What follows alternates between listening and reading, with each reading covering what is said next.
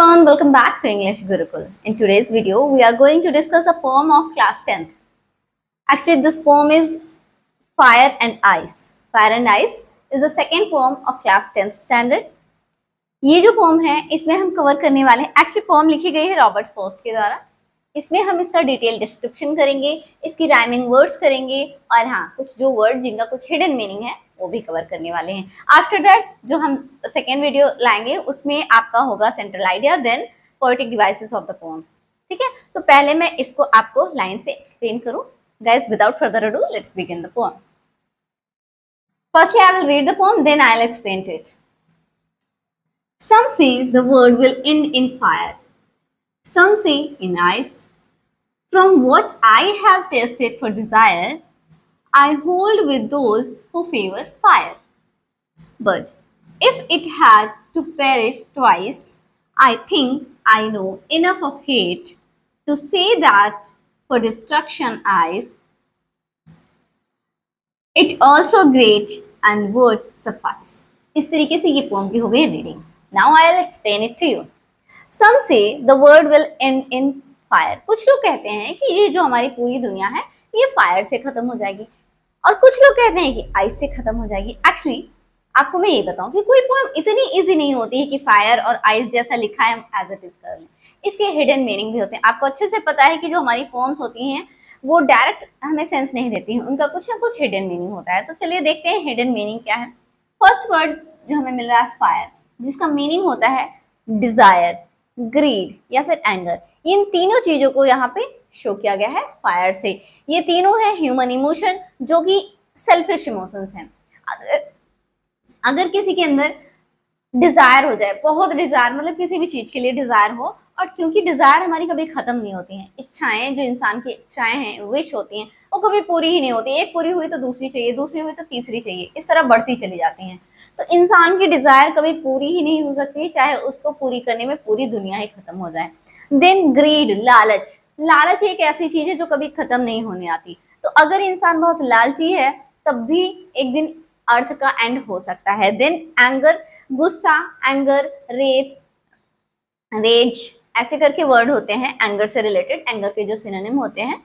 तो इन सभी की वजह से वर्ड जो है एक दिन एंड हो सकता है. तो आपसे हिडन मीनिंग पूछा जाएगा, जैसे वन लाइनर पूछ लिया जाता है आपसे मल्टीपल चॉइस में, what is the meaning of the fire here. तो आपको बताना है fire is a type of selfish emotion like desire, greed और एंगर. तो इन तीनों को आप शो कर सकते हो फायर से. नेक्स्ट लाइन में मूव करते हैं. सम सेज इन आइस. कुछ लोग कहते हैं आइस से. अब यहाँ पे आइस का मीनिंग है हेट. ठीक है, वहां पे हो गया ग्रीड, डिजायर और एंगर. यहाँ पे हेट मतलब नफरत. तो कुछ लोग कहते हैं कि जो पूरी दुनिया है वो फायर से एंड हो जाएगी, मीन्स डिजायर से, ग्रीड से और एंगर से फिनिश हो जाएगी. लेकिन कुछ लोग कहते हैं कि ये जो पूरी दुनिया है ये हेट से खत्म हो जाएगी, मीन्स नफरत से खत्म हो जाएगी. बात दोनों ही सही है, दोनों तरीके से अर्थ का एंड हो सकता है. या तो एकदम फायर हो, चारों तरफ आग ही आग हो, सन जो है अर्थ के बिल्कुल पास आ जाए तो अर्थ खत्म हो जाएगी. या फिर अब बिल्कुल आइस ही चारों तरफ बिल्कुल बर्फ पड़ जाए तो इंसान सर्वाइव नहीं कर पाएगा. तो उस कंडीशन में भी जो है वर्ड जो है वो फिनिश हो जाएगा. तो इस तरीके से जो पोएट कह रहे हैं कि फायर और आइस दोनों की कंडीशन में अर्थ फिनिश हो सकती है.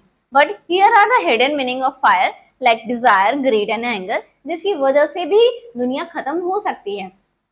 फिर आइस मीन्स हेट, नफरत भी धीरे धीरे रिश्तों को खत्म कर देती है.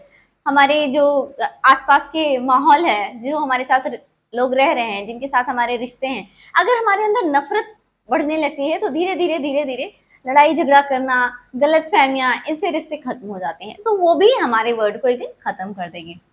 फिर आगे है from what I have tasted for desire. Poet कह रहे हैं कि जो मैंने टेस्ट किया है, जो मैंने एक्सपीरियंस किया है डिजायर को लेके, वो ये है I hold with those who favour fire. अगर मैं डिजायर की बात करूं तो जो जितना मैंने एक्सपीरियंस किया है डिजायर के बारे में, तो उस बात से तो मैं फायर के साथ जाऊंगा कि मीन्स फायर होगी तो ये दुनिया जो है वो खत्म हो सकती है. Poet goes along with fire. Firstly पहले जो है पोएट फायर के साथ जाते हैं. वो कहते हैं कि हाँ मतलब डिजायर के बारे में मैंने भी एक्सपीरियंस किया है कि इसकी वजह से मैं फायर के साथ जाऊंगा कि फायर जो होगी तो अर्थ पूरी बिल्कुल खत्म हो जाएगी. मीन्स डिजायर अगर लोगों के अंदर होंगी बढ़ते ही चले जाएंगे, डिजायर, ग्रीड, एंगर, तो ये दुनिया एक दिन खत्म हो जाएगी. ठीक है, साथ ही देखो tasted for desire, desire word ऐसे समझिए, मान लीजिए कोई आपका फ्रेंड है, वो चाहता है, मतलब आपके क्लास का सबसे क्या कहेंगे, सबसे ऐसा बच्चा जिसको किसी भी काम में कोई इंटरेस्ट नहीं है, दूसरे के काम खराब करने में, और वो चाहता है कि मैं मिनिस्टर बन जाऊं, और अनफॉर्चुनेटली वो बन भी जाता है, तो मिनिस्टर बनने के बाद वो क्या करेगा, अच्छा काम तो करेगा नहीं, तो वो भी कहीं ना कहीं वर्ड को डिस्ट्रक्शन की तरफ ले जाएगा।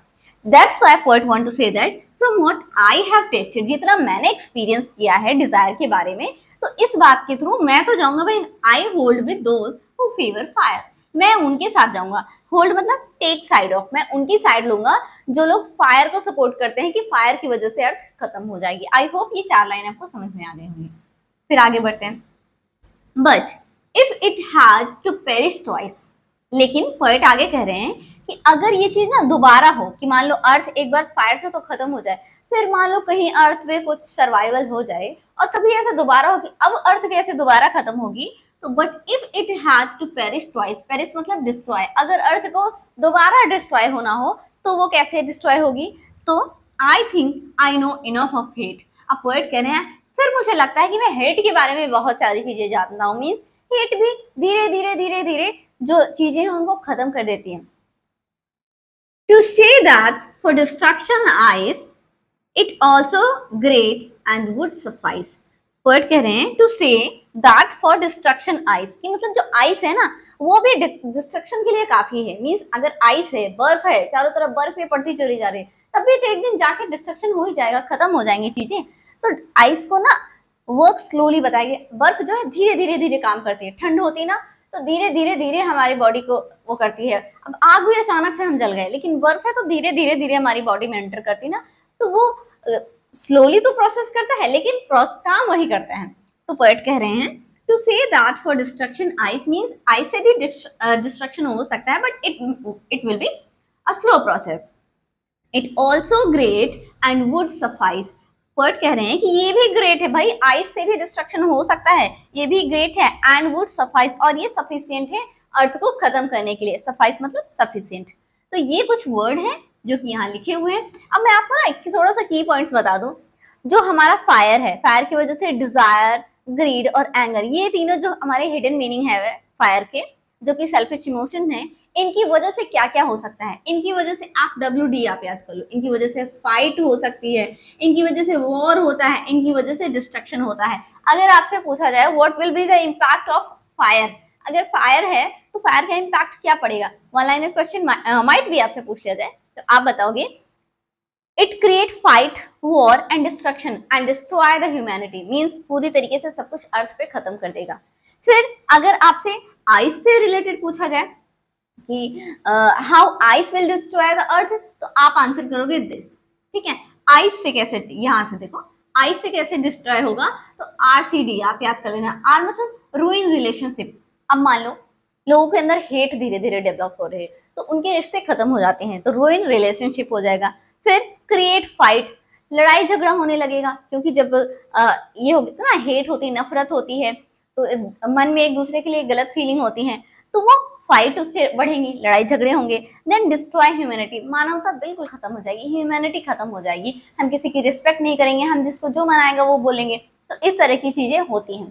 तो आप फायर के लिए ये चीजें लिखोगे और आइस के लिए ये चीजें लिखोगे, ठीक है। फायर सिंबलाइज करता है डिजायर, ग्रीड और एंगर को, जो कि सेल्फिश इमोशंस है, जिनकी वजह से फाइट हो सकती है, वॉर हो सकता है, डिस्ट्रक्शन होता है। और साथ ही साथ जो आइस है वो डिनोट करती है हेट्रेड को, नफरत को, और उसकी वजह से क्या हो सकता है, RCD हो सकता है, रूइन हो सकते हैं रिलेशनशिप, क्रिएट फाइट और destroy humanity, create fight and destroy humanity, ठीक है। तो इस तरीके से पोम हमारी होती है फिनिश। आई होप कि मैंने आपको अच्छे से एक्सप्लेन किया है। एक बार मैं इसका क्विक रिकैप आपको करा देती हूँ। सम से the world will and in fire, कुछ लोग कहते हैं कि जो वर्ल्ड है, दुनिया है, वो फायर से खत्म हो जाएगी। हाँ, हो सकती है, बिकॉज अर्थ अगर खत्म होगी तो या तो फायर से होगी, या तो आइस से होगी, या तो आग लग जाए पूरी दुनिया में, सन जो है अर्थ के बिल्कुल पास आ जाए तो सब कुछ डिस्ट्रॉय हो सकता है, या फिर चारों तरफ बर्फ ही जम जाए, जैसे एंटार्क्टिका है, वहां चारों तरफ बर्फ है, इसलिए वहां लाइफ सर्वाइवल बहुत इम्पॉसिबल है। तो वैसे ही अगर अर्थ पे चारों तरफ बर्फ ही हो जाएगी तब भी सब ह्यूमैनिटी खत्म हो जाएगी, पूरी जो ह्यूमन है दुनिया पे वो सब खत्म हो जाएंगे। तो वही कहा जा रहा है कि कुछ लोग कहते हैं कि जो वर्ड है वो फायर से खत्म हो जाएगा, कुछ लोग कहते हैं कि जो वर्ड है वो आइस से खत्म हो जाएगा। फायर और आइस की हिडन मीनिंग क्या है वो भी दी हुई है। फायर मतलब है डिजायर, ग्रीड या फिर एंगर, आइस मतलब है हेट। ठीक है, from what I have tasted for desire, poet want to say कि जो उन्होंने टेस्ट किया है डिजायर के बारे में, जो उन्होंने एक्सपीरियंस किया है डिजायर के बारे में, I hold with those who favour fire, मैं उन लोगों के साथ जाऊंगा जो लोग आग को फेवर करते हैं, फायर को फेवर करते हैं। आगे वो कहते हैं but if it had to perish twice, लेकिन अगर अर्थ का दोबारा कभी डिस्ट्रक्शन होना हो, पेरिश मतलब डिस्ट्रॉय, दोबारा कभी अर्थ का डिस्ट्रक्शन होना हो, I think I know enough of hate, मुझे ऐसा लगता है कि मैं हेट के बारे में इनफ चीजें जानता हूँ। अभी वो डिजायर के बारे में जान रहे थे, अब वो कह रहे हैं मैं हेट के बारे में भी इनफ चीजें जानता हूँ। To say that for destruction ice, वो कह रहे हैं कि आइस से डिस्ट्रक्शन के लिए it also great and would suffice, ये भी ग्रेट है, मतलब आइस से भी डिस्ट्रक्शन हो सकता है, वो सफिशियंट है, बट इट वर्क स्लोली, ये थोड़ा धीरे धीरे काम करेगा, है तो सफिशियंट, खत्म ये भी अर्थ को कर देगा, लेकिन इट वर्क्स स्लोली। इसकी वजह से क्या होता है, रिलेशनशिप रुइन होते हैं, फाइट्स होती हैं और ह्यूमैनिटी को डिस्ट्रॉय करता है। तो इस तरीके से ये हमारी पोएम फिनिश होती है। रॉबर्ट फ्रॉस्ट जी ने ये पोएम लिखी है। आई होप कि आपको समझ आई होगी। तो पोएम का एक्सप्लेनेशन हमारी हो चुका है। अब हम आपको बता देते हैं rhyming scheme of the poem. Rhyming scheme होती क्या है, कैसे निकाली जाती है, मैं आपको ये बता दूं। राइमिंग वर्ड्स जो होते हैं हमारी, उनसे बनती है हमारी राइमिंग स्कीम। एक पोएम की पहली लाइन का जो लास्ट वर्ड होता है उसको हम नाम दे देते हैं ए।